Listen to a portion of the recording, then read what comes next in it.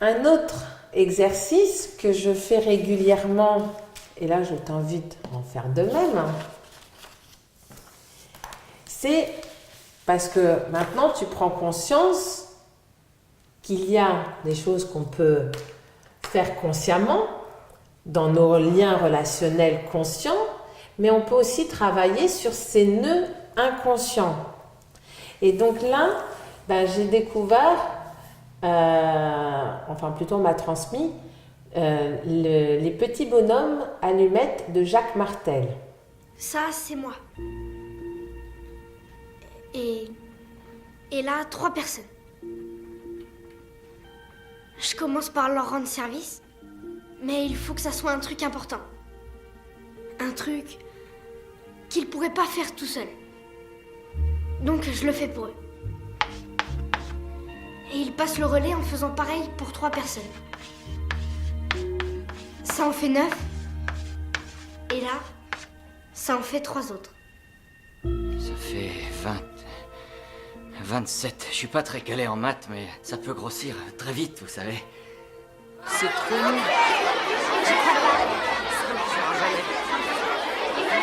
Ça va, ça suffit. Exprimons-nous clairement.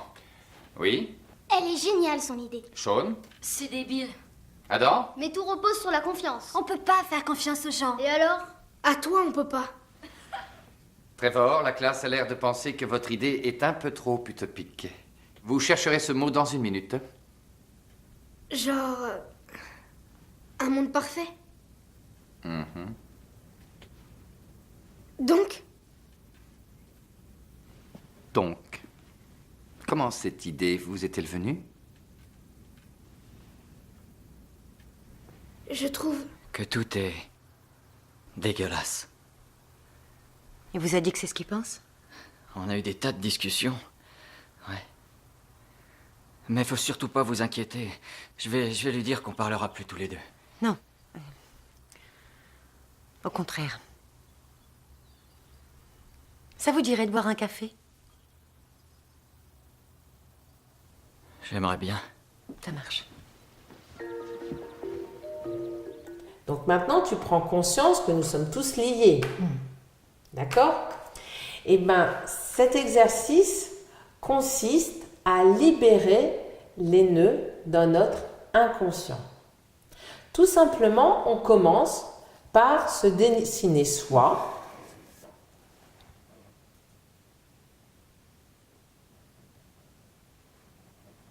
Alors, je t'invite tout au long de l'exercice à respirer bouche ouverte. Parce que je te rappelle, notre bouche peut servir de barrière.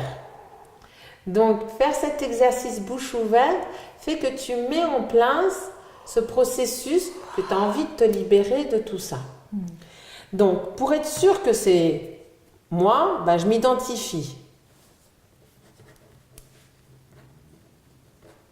Ensuite, avec l'initiale de ton nom aussi.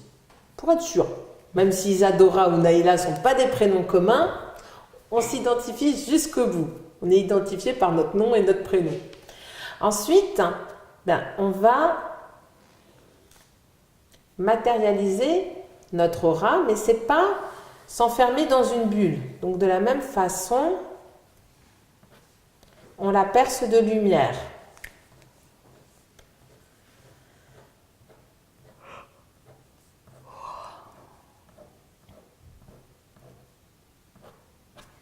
Alors, ça, c'est pour nous libérer par rapport à une personne.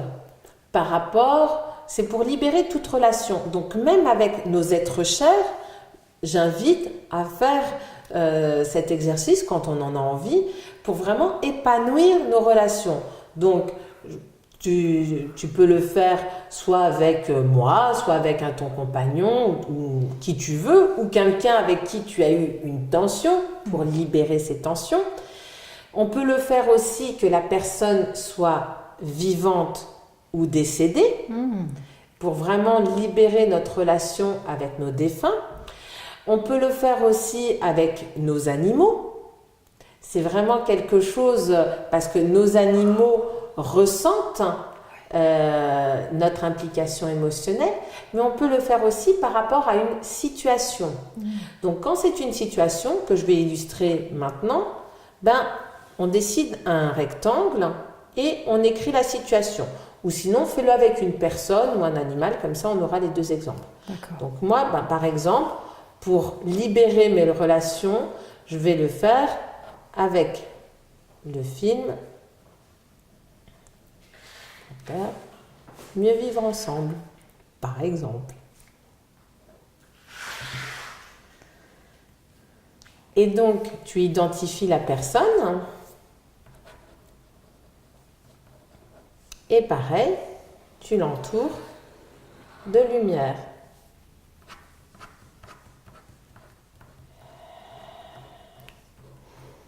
En respirant, tu vois comme inconsciemment, tu fermes la bouche, mais comme quand on a la bouche fermée, souvent on respire à minima, et ben c'est comme si là tu faisais l'exercice pour te libérer, mais tu retenais quelque chose.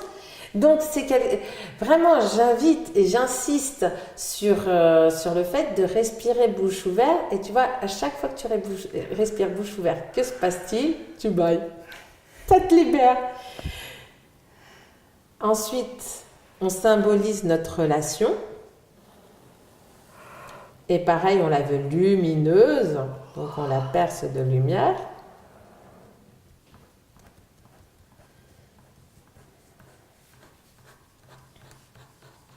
Et donc, ce qui nous relie chacun, c'est ce qu'on appelle nos chakras. Donc, il y a 7 chakras principaux qui sont en fait les centres d'énergie dans notre corps. Et donc, même si on n'a pas forcément conscience de ça, on peut faire cet exercice-là pour se libérer. Alors, ce qui est important, parce qu'on pourrait se dire, comme c'est quelque chose de simple, ah ben tiens, mon fils et mon mari sont en guerre, je vais le faire et je vais dessiner mon fils et mon mari. Non, ça, c'est pas possible. C'est toujours nous avec quelqu'un. On ne peut pas le faire pour 2 autres personnes. On peut le transmettre aux autres, mais on ne peut pas le faire pour les autres. Donc, on peut faire moi et mon mari, moi et mon fils, mais pas pour les 2 autres. Ça, c'est vraiment important de ne pas prendre ce raccourci-là. Et donc, on commence à symboliser nos liens en commençant par le chakra racine. Et donc, on relie les 2 chakras. Alors, tu vas me dire, mais là, c'est une situation pour toi. Ben, je vais faire une ligne de points. Ensuite, chakra du ventre, plexus solaire, chakra des émotions, chakra du cœur, en respirant. Là, je crois que tu en as fait un de trop. Là, tu es déjà au chakra du cœur. La rangée, là. Voilà, donc là, c'est chakra de la gorge, communication, relation aux autres. 3e œil, clairvoyance. Et le chakra coronal, notre relation au cosmique.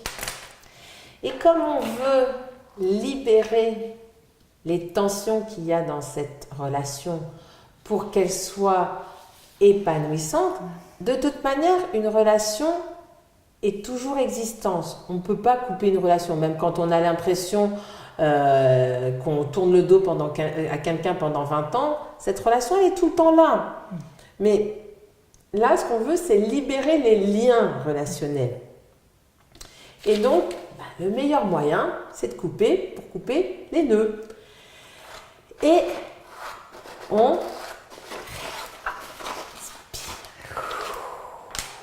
Et là, Jacques Martel invite à couper, ne pas déchirer. Donc, moi, je transmets.